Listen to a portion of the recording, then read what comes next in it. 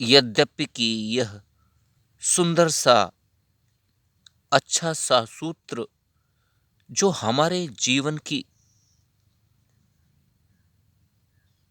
वृहद रूपता को बढ़ाने के लिए अत्यंत सुंदर है, अत्यंत आवश्यक और महत्वपूर्ण है।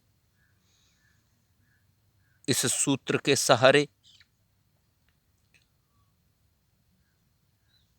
अपनी सोच की, अपनी मानसिकता की, अपनी विचारधारा की संकीर्णता को, सक्रियपन को, ओछेपन को आसानी से समाप्त किया जा सकता है और एक विस्तृत रूप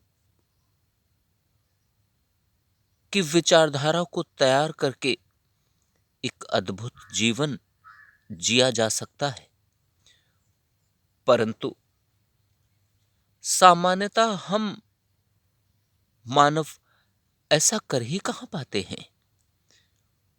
सामान्य तौर पर दिन प्रतिदिन, क्षण प्रतिक्षण भौतिकता की चकाचौंध के वशीभूत होकर अज्ञान के अंधियारे से या अज्ञान के तिमिर से घिरे रहकर हम अपने जीवन को व्यतीत करते रहते हैं। हमें अधिकांश समय ऐसा ही आभास होता रहता है कि हम जो कर रहे हैं वह बिल्कुल उचित है, बिल्कुल सही है, बिल्कुल ही अच्छा है, बिल्कुल न्यायोचित है और सत्य से परिपूर्ण है।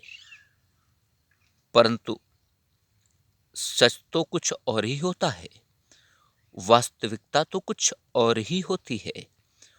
और हो भी क्यों ना, यदि भौतिकता की चकाचौंध से घिरे हुए नेत्रों से वास्तविकताओं को ढूंढा जाएगा तो कहां दिखेंगी। ये भौतिकता की चकाचौंध हमें संभलने नहीं देती है, हमें खुद को संतुलित और समन्वित करने का मौका नहीं देती है। हमें इस मौके को तैयार करना होगा और उस मौके को तैयार करने के लिए इन महत्वपूर्ण सूत्रों का सहारा लेकर खुद की जांच, खुद की परख करने की आवश्यकता है।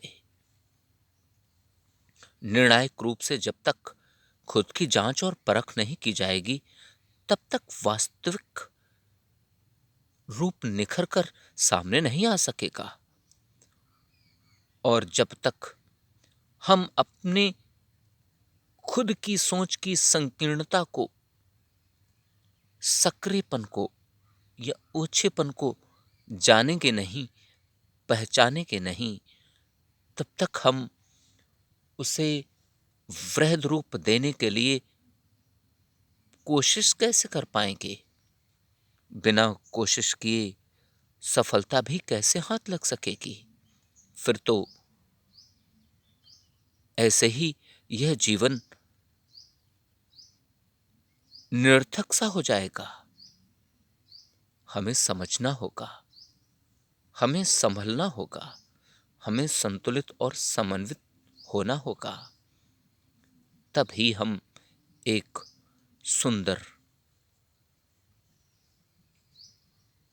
विस्तृत और अच्छी सोच, विचारधारा या मानसिकता के धारक हो सकते हैं।